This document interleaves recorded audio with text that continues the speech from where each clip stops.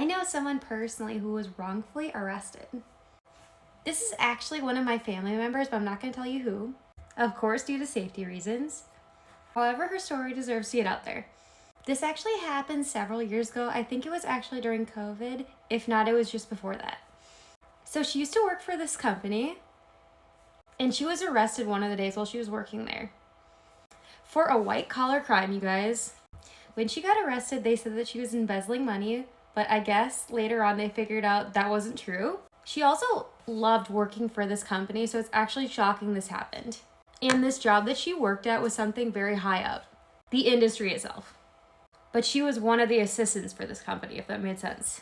And also, when she was arrested, she called my sister, who was an attorney, because she didn't know what to do. But she was explaining her case and telling her that she was innocent. But you know what's the worst thing too? When it comes to federal crimes like this, it is almost impossible to prove otherwise. Like, it's like a 99%, like it's a really high percent of that you're gonna get charged with the crime, if that makes sense. But luckily she was able to prove her case, that she was innocent. But you guys, guess who pinned it on her?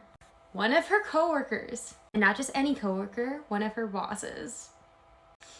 The good thing is though, there was enough evidence to pin it on the boss. So the charges were dropped for my family member, thank goodness.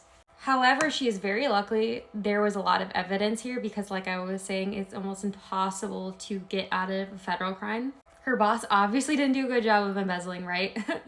The boss was also a male and was fired and arrested later. Karma.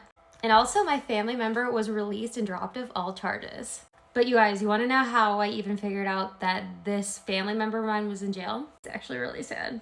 I heard other family members talking crap about this situation, sadly.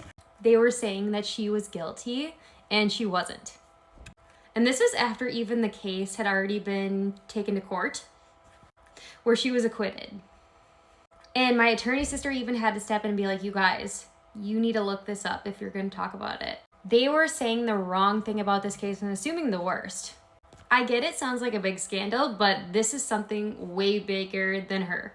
I know that going to prison or even getting in trouble with the law can happen, but it's never good to assume things, especially family. But I really feel horrible that people were talking bad, especially in the family, about it, because that is not a good way to handle it.